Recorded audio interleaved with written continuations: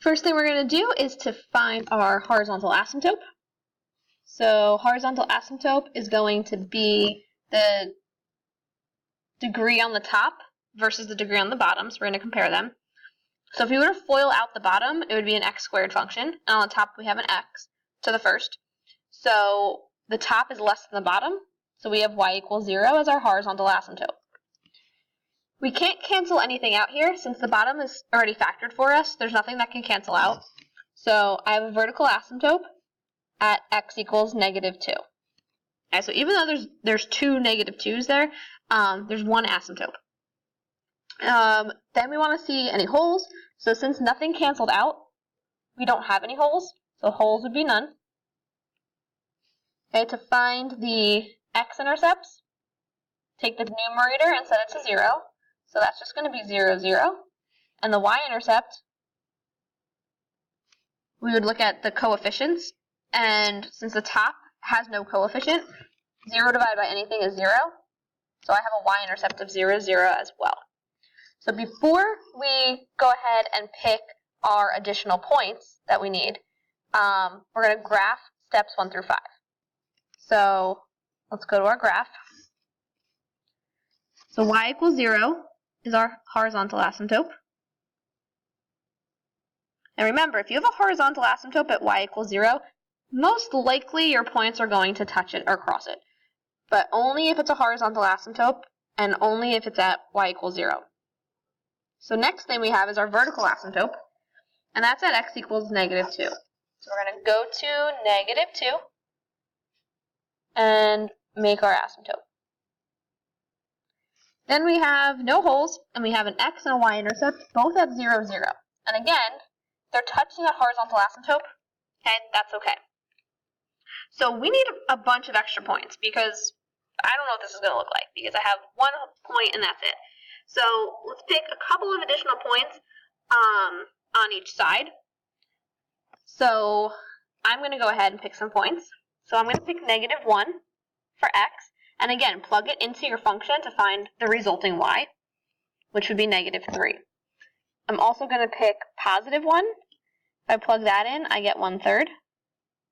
I'm also going to pick -3, which is going to give me -9.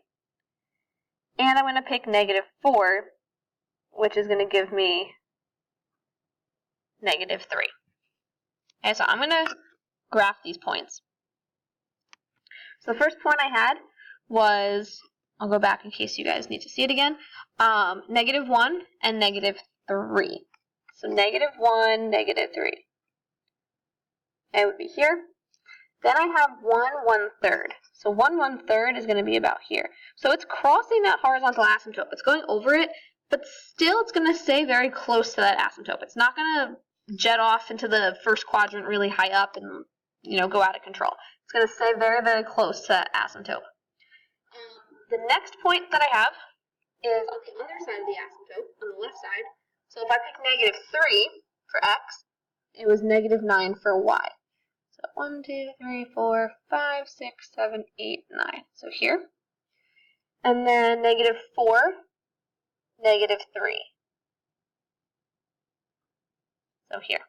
So now I can figure out what this is going to look like. I know that this is going to go down towards this asymptote. And then even though this one crossed,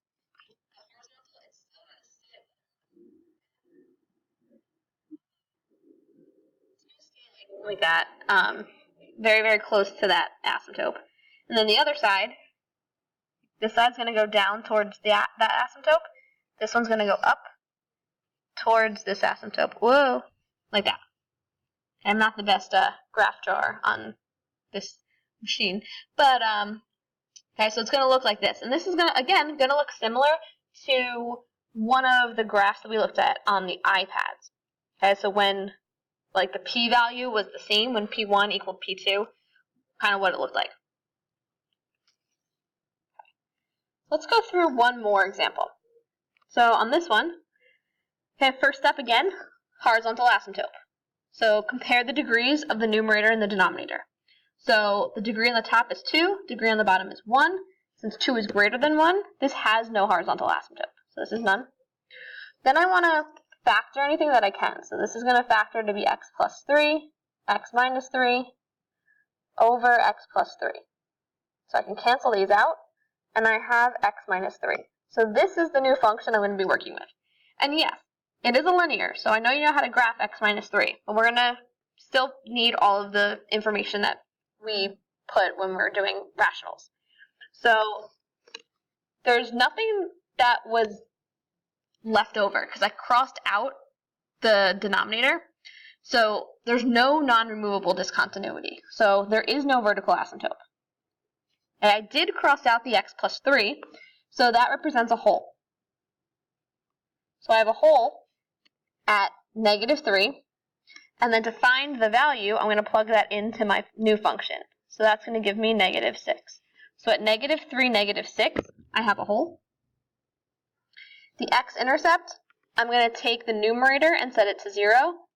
So since it's just x minus 3, that's the numerator, because it's x minus 3 over 1. So the x-intercept is going to be 3, 0.